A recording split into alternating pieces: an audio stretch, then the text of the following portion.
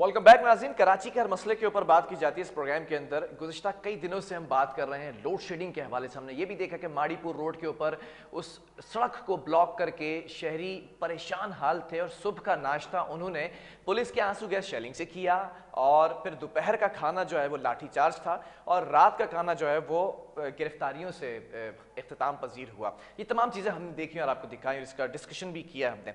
लेकिन सवाल ये पैदा होता है, तर्जुमान के इलेक्ट्रिक कहते नजर आते हैं कि ईंधन की किल्लत की वजह से कहीं लोड शेडिंग का इजाफा हो रहा है। दूसरी तरफ ये कहते नजर आते हैं कि जहां जिन इलाकों के अंदर बिजली चोरी का सिस्टम अभी तक राइज है वहां पर हम लोड शेडिंग बिना किसी स्केड्यूल के करते हैं। फिर हमने ये भी देखा कि एक प्लेटफॉर्म पर आकर, एक पेज पर आकर एक मुआहदा किया गया कि अब जहां भी लोड शेडिंग होगी वो स्केड्यूल होगी, लेकिन ऐसा होता नहीं है, ना होता नजर आ रहा है। इस तमाम सिनेरियो को देखते हुए जमात इस्लामी एक बार फिर मैदान में आई है। माजी की अगर मैं याद दिलाऊं तो पानी के मसले के ऊपर, नादरा के मसले के ऊपर, सुई गैस के मसले के ऊपर जो मसाइल होते हैं कराची के लोगों के लिए, जमात इस्लामी आके धरना भी देती है, प्रोटेस्ट की कॉल भी देती है, आवाज भी उठाती है।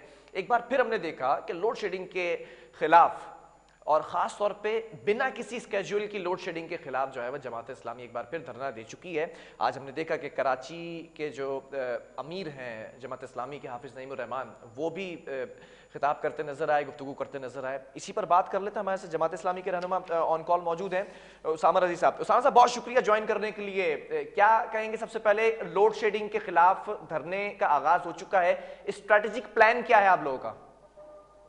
देखिए, बहुत शुक्रिया आपका कि आपने कराची के 3.5 करोड़ लोगों के इस मुकदमे को इस वक्त मौजू बनाया है और हमारा जो इस सिलसिले में प्लान है वो बिल्कुल वाज़ेह है जी कि जमात इस्लामी वाहिद सियासी जमात है जो इसके इलेक्ट्रिक की बेनिफिशरी नहीं है। जमात इस्लामी के अलावा जितनी भी पार्टियां इस वक्त मौजूद हैं वो सब के इलेक्ट्रिक की बेनिफिशरीज हैं। अच्छा। उन सबको के इलेक्ट्रिक फंडिंग करती है और उन्हीं के हाथ में जब हुकूमत, नुमाइंदगी और इख्तिदार आता है तो फिर वो के इलेक्ट्रिक को मुकम्मल तौर पर तहफ़्फ़ुज़ फराहम करते हैं। भाई ये बड़ा इंकिशाफ है कि तमाम सियासी जमातों को के इलेक्ट्रिक फंडिंग करती है।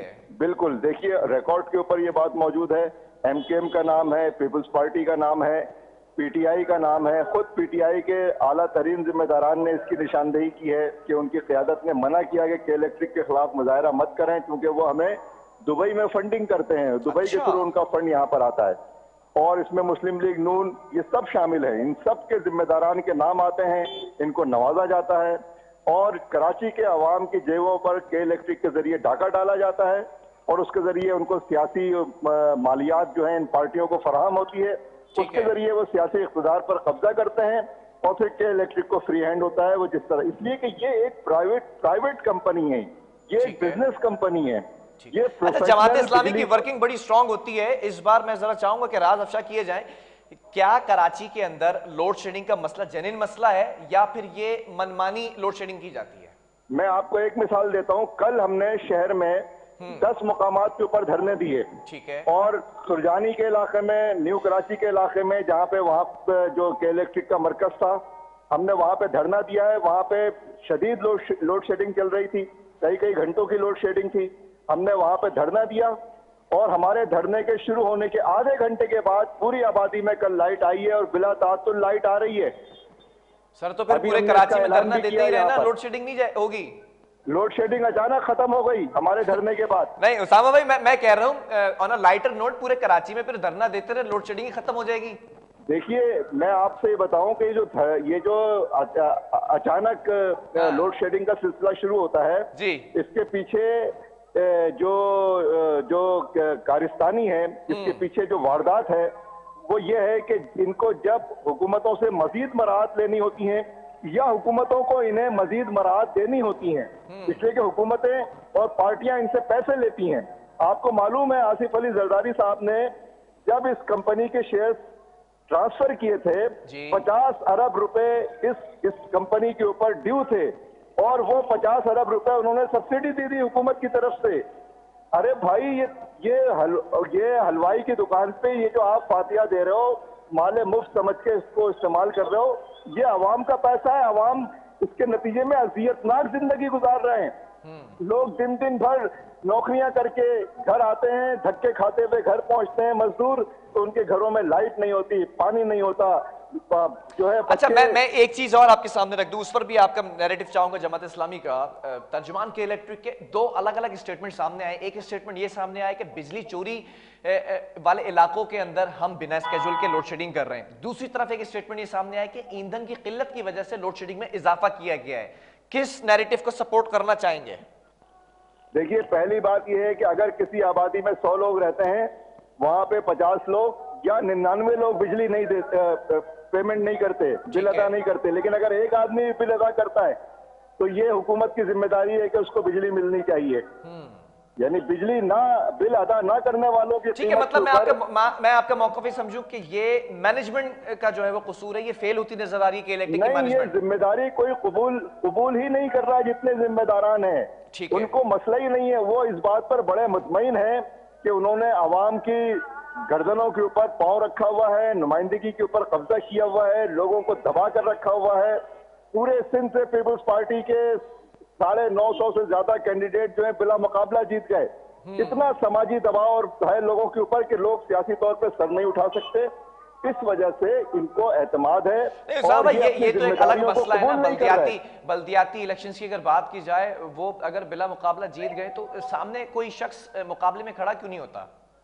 इसलिए नहीं होता कि जागीरदारों का इलाका है, वडेरों का इलाका है।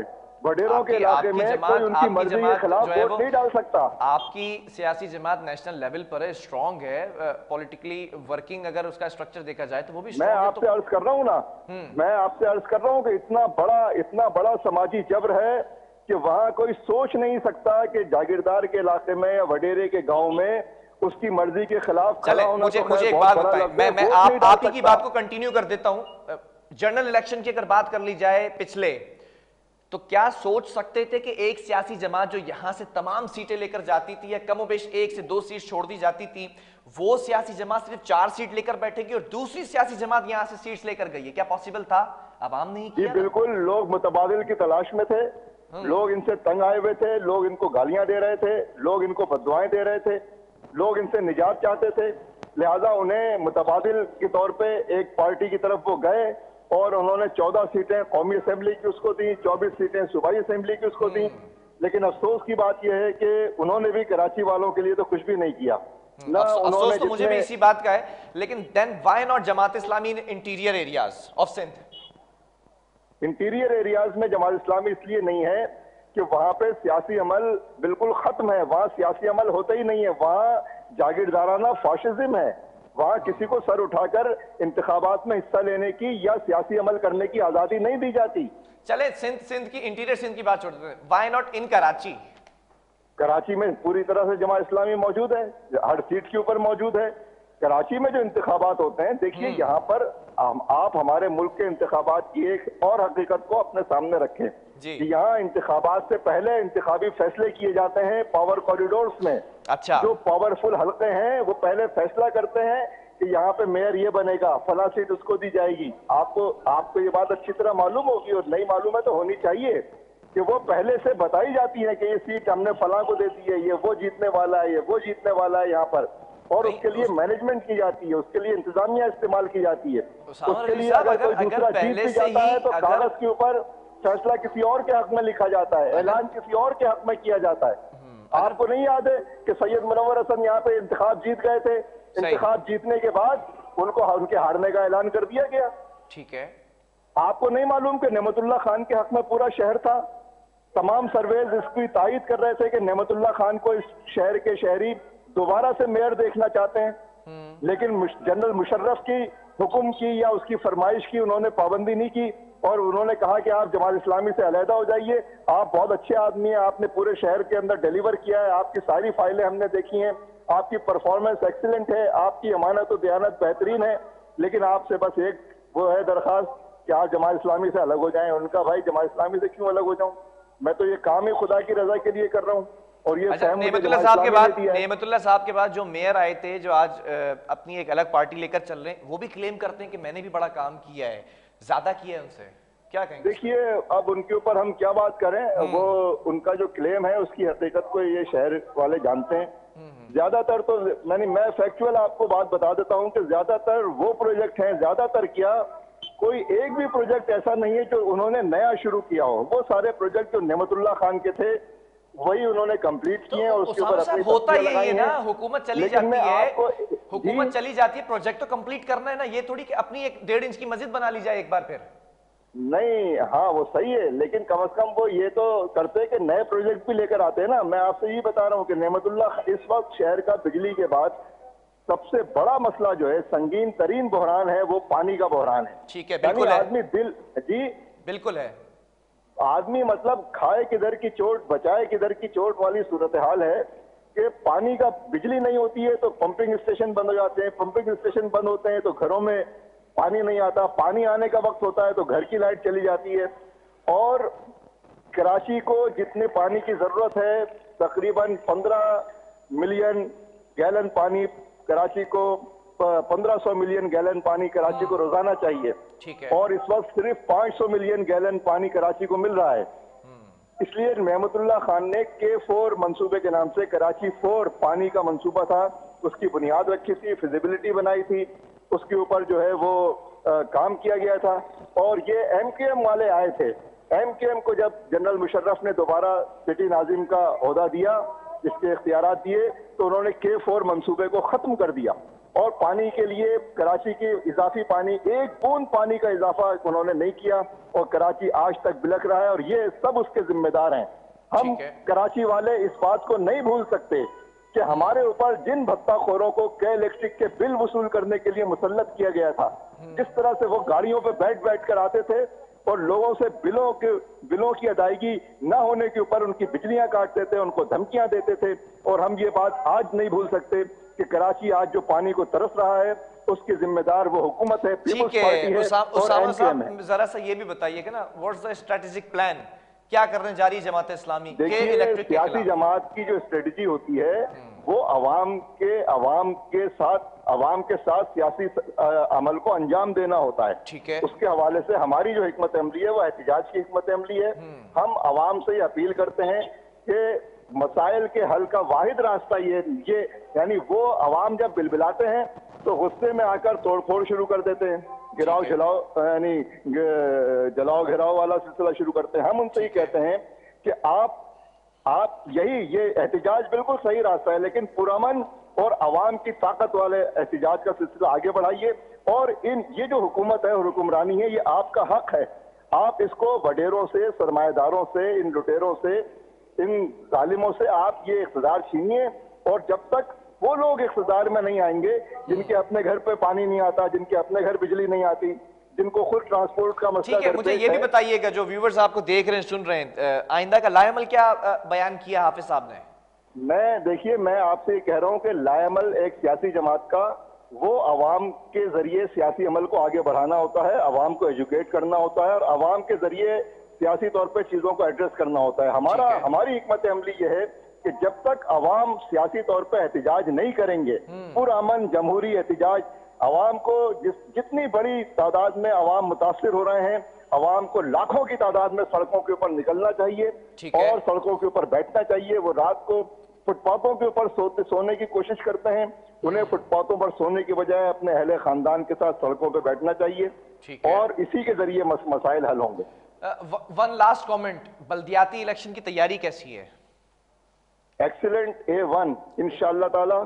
हमने इस वक्त जमात इस्लामी ने कराची में 99% सीटों के ऊपर अपने नुमाइंदे खड़े किए हैं और कोई दूसरी पार्टी ऐसी नहीं है जिसके 99% कैंडिडेट इस शहर कराची में बल्दियाती इलेक्शन के लिए मैदान में उतरे। मेयर लेकर आ रहे हैं इंशाअल्लाह ताला, हमारी पूरी जिद्दोजहद है। चलें, बहुत शुक्रिया डॉक्टर साहब। और हमारा पैगाम भी यही है कि जमात का मेयर आएगा तो इंशाअल्लाह हालात बदलेंगे, वरना कोई और आएगा तो वो फिर वही हालात रखेगा जो इस वक्त चल रहा है। चलें, लेट्स सी। बहुत शुक्रिया डॉक्टर उसामा रजी हमारे साथ मौजूद है जमात इस्लामी की जानिब से। जमात इस्लामी इस बार पुरअज़म नजर आ रही है कि हमारी तैयारी पूरी, और ये हमेशा मेरे प्रोग्राम के अंदर, चाहे हाफिज़ नईम साहब हों, चाहे नजीब अयूबी साहब हों, चाहे उसामा रजी साहब हों, ये हमेशा कहते हैं कि तैयारी हमारी मुकम्मल है। लेकिन होता इनके साथ क्या है कि आवाम धरनों में तो आ जाती है, जब वोट डालने की बात आती है तो फिर आवाम कहाँ जाती है। और दूसरी बात यहाँ पर यह कि इलेक्ट्रिक की मनमानी की अगर बात की जाए तो क्यों हुकूमती सतह पर इसको सीरियसली टेकअप नहीं किया जा रहा है। बिजली के निर्ख में भी इजाफा किया जा रहा है, लोड शेडिंग के अंदर भी इजाफा होता दिखाई दे रहा है, इस बिना किसी स्केड्यूल के लोड शेडिंग अब होना शुरू हो चुकी है। बहुत से इलाके ऐसे हैं जहां पर 12 से 14 घंटे की लोड शेडिंग हो रही है। लोग परेशान हैं, जीना दोबार हो चुका है। लेकिन के इलेक्ट्रिक का मौकफ अपनी जगह डटा हुआ है और वो मौकफ ये है कि जहां बिजली चोरी हो रही है वहां पर हम इजाफी लोड शेडिंग कर रहे हैं। ईंधन की किल्लत की वजह से हम इजाफी लोड शेडिंग कर रहे हैं। अरे भाई, तो मैनेजमेंट आपकी है, बिजली चोरी कैसे हो रही है, क्यों हो रही है, इन तमाम चीज़ों का पता लगाना आपका काम है। टैक्स बिलिंग अगर आप करते हैं तमाम चीज़ें, तो ये चीज़ें भी फाइंड आउट कर सकते हैं आप। Karachi water and sewerage board की जानिब से भी एक इदारा बनाया गया एंटी थेफ्ट सेल, तो आप भी अपना एक एंटी थेफ्ट इलेक्ट्रिसिटी सेल बनाएं, उसके ऊपर फिर कार्रवाइयाँ करें, क्योंकि फिर बहुत सारे राज अफशा होंगे जब पता चलेगा कि आपके अपने ही लोग, बड़े बावसूख जराए से बात कर रहे हो, कि आपके अपने ही लोग मिले होते हैं, तब आपको पता चलेगा। बहरहाल वक्फा लेंगे, एक और स्टोरी है वो भी आप तक पहुंचाते हैं।